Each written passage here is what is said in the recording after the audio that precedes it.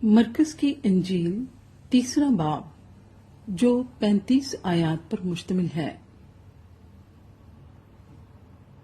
और वो इबादत खाने में फिर दाखिल हुआ और वहां एक आदमी था जिसका हाथ सूखा हुआ था और वो उसकी ताक में रहे कि अगर वो उसे सबत के दिन अच्छा करे तो उस पर इल्जाम लगाएं।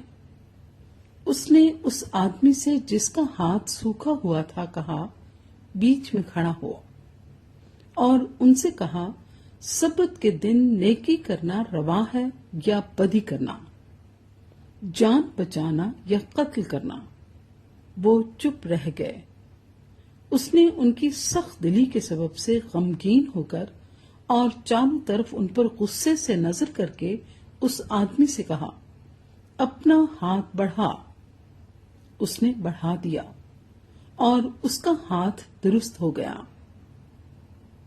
फिर फरीसी फिलफौर बाहर जाकर हेरोदियों के साथ उसके बरखिलाफ मशवरा करने लगे कि उसे किस तरह हलाक करें। और यीशु अपने शागिर्दों के साथ झील की तरफ चला गया और गलील से एक बड़ी भीड़ पीछे हो ली और यहूदिया और यरूशलेम और अदुमिया से और यरदन के पार और सूर और सैदा के आसपास से एक बड़ी भीड़ ये सुनकर कि वो कैसे बड़े काम करता है उसके पास आई। बस उसने अपने शागिर्दों से कहा, भीड़ की वजह से एक छोटी कश्ती मेरे लिए तैयार रहे ताकि वो मुझे दबा ना डालें, क्योंकि उसने बहुत लोगों को अच्छा किया था।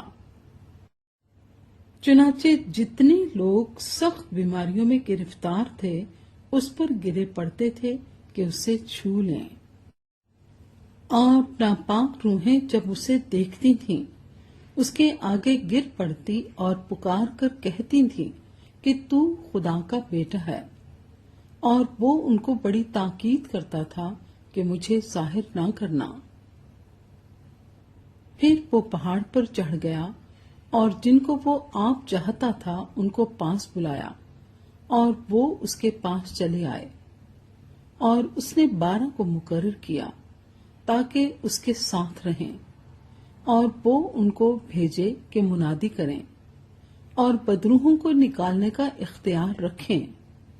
वो ये हैं, शिमौन जिसका नाम पतरस रखा, और जब्दी का बेटा याकूब, और याकूब का भाई यूहन्ना जिनका नाम बुआ नरगिस यानी गर्ज के बेटे रखा, और इंद्रियास और फिलिप्पुस और बरतुलमाई और मत्ती और तूमा और हल्फई का बेटा याकूब और तिद्दी और शिमौन कनानी और यहूदा इस्करियोती जिसने उसे पकड़वा भी दिया। वो घर में आया और इतने लोग फिर जमा हो गए कि वो खाना भी ना खा सके। जब उसके अजीजों ने ये सुना तो उसे पकड़ने को निकले, क्योंकि कहते थे कि वो बेखुद है। और फकी जो यरूशलेम से आए थे ये कहते थे कि उसके साथ बालजबूल है, और ये भी कि वो बदरूहों के सरदार की मदद से बदरूहों को निकालता है। वो उनको पास बुलाकर उनसे तमसीलों में कहने लगा कि शैतान को शैतान किस तरह निकाल सकता है, और अगर किसी सल्तनत में फूट पड़ जाए तो वो सल्तनत कायम नहीं रह सकती, और अगर किसी घर में फूट पड़ जाए तो वो घर कायम ना रह सकेगा। और अगर शैतान अपना ही मुखालिफ होकर अपने में फूट डाले तो वो कायम नहीं रह सकता, बल्कि उसका खात्मा हो जाएगा। लेकिन कोई आदमी किसी जोरावर के घर में घुसकर उसके असबाब को लूट नहीं सकता जब तक कि वो पहले उस जोरावर को ना बांध ले, तब उसका घर लूट लेगा।